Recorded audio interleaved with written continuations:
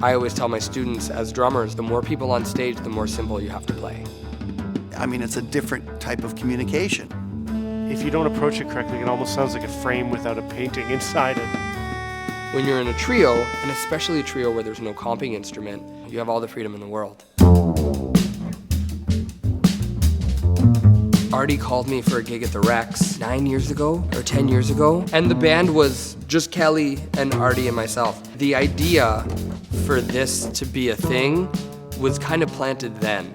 We just decided that it would be a good thing to experiment with some cordless bass, saxophone, drum trio stuff. Eventually it led to the recording.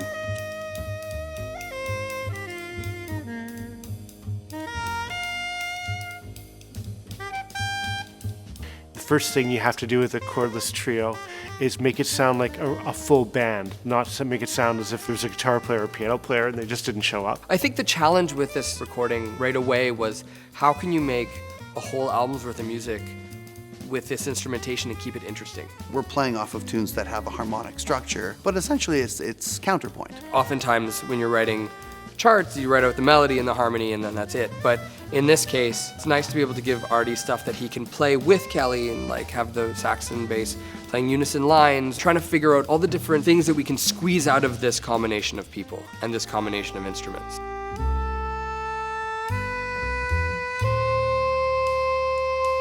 A lot of people are mixing R&B influences and all sorts of things, and especially the production element of it has become a thing. And Roman Clune, who was the producer with whom we worked on this album, we have a similar feeling about that the producer becomes part of the sound of the album, which is a very modern approach.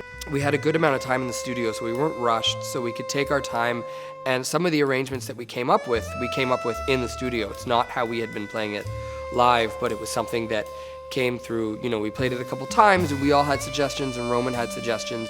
It was great to have him in the studio. He kept things running. Amy King was the engineer, so she was looking after that side of it, and it was the two of them and the three of us. He had a great way about him. It just made the whole thing really easy. It was a really easy recording session.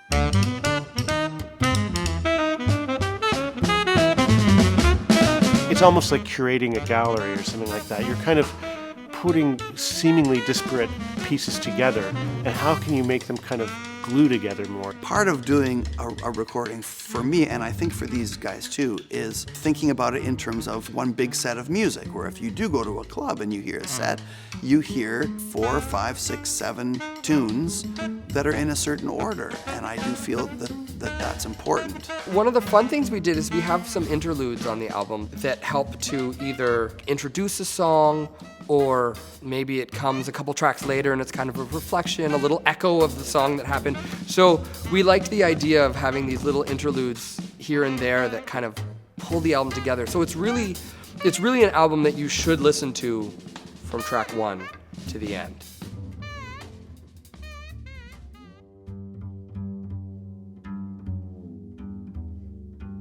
You're going to think about all these classic trios. We're trying to sound different. Hopefully we can fall into that lineage and create a new thing. What I think would be a great thing for listeners to get from this band is not necessarily realizing that there isn't a chordal instrument. It's like they don't miss it.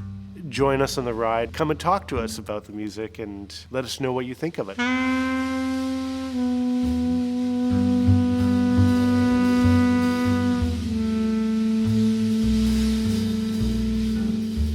Did the birdie come in? Hi, birdie. All right.